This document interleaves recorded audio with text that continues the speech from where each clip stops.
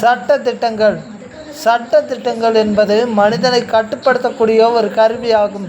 அந்த கருவியானது எப்பொழுதுமே மனிதன் நிலைகெட்டு அலையும் பொழுது அவனை நிலைப்படுத்த இறைவன் எப்படி ஒரு வழிவகையை கொடுக்கிறானோ, அதே போல் அரசாங்கமும் மத்திய மாநில அரசுகள் சட்டத்திட்டங்கள் மூலம் ஒரு மனிதனை நிலைப்படுத்த வழிமுறைகளை வகுத்து கொடுக்கிறது.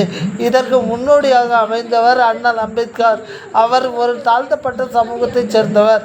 ஆனால் அந்த தாழ்த்தப்பட்ட சமூகத்திலிருந்து படிப்படியாக முன்னேறி இந்திய சட்டத்தையும் அரசியல் அமைப்பையும் வகுக்கக்கூடிய அளவிற்கு வளர்ந்தார். இந்திய சட்ட திட்டங்கள் ஒருவரை கட்டுப்படுத்தக்கூடிய கருவியாக இருக்கிறது என்றால் மிகையாகாது. ஒவ்வொரு குற்றத்திற்கும் ஒவ்வொரு சட்ட வழிமுறைகளை வகுத்திருந்தார் அண்ணல் அம்பேத்கர். 1949ஆம் ஆண்டு சட்ட முன்வடிவாக அண்ணல் அம்பேத்கரால் இந்திய சட்ட அமைச்சர் என்ற முறையில் நாடாளுமன்றத்தில் நிறைவேற்றப்பட்டது. ஆனால் சுயராஜ்ய கட்சி அமைக்கப்பட்ட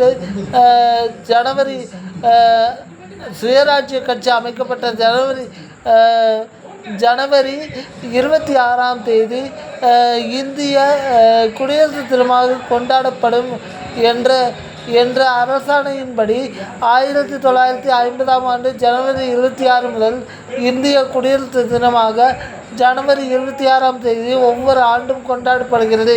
இது குறிப்பிடத்தக்க ஒரு விஷயமாகும். நல்லதே நடக்கும், நல்லதே செய்வோம். அண்ணல் அம்பேத்கரை பற்றி பேசியது எனக்கு இப்போது பெருமை அளிக்கிறது.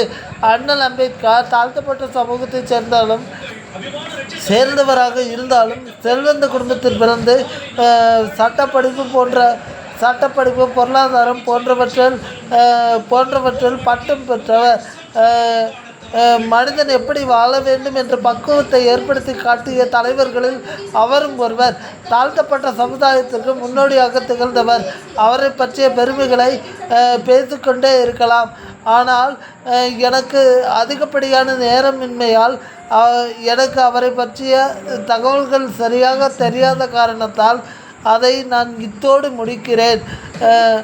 ஒரு மனிதன் வாழ்வதற்கு நெறிமுறைகளை வகுப்பது கடவுளின் கடமை. சட்டத்திட்டங்களை வகுப்பது மத்திய மாநில அரசுகளின் கடமை.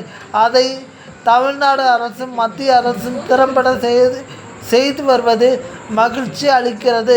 அனைவருக்கும் நன்றி இந்த வீடியோவை காண்பதற்கு.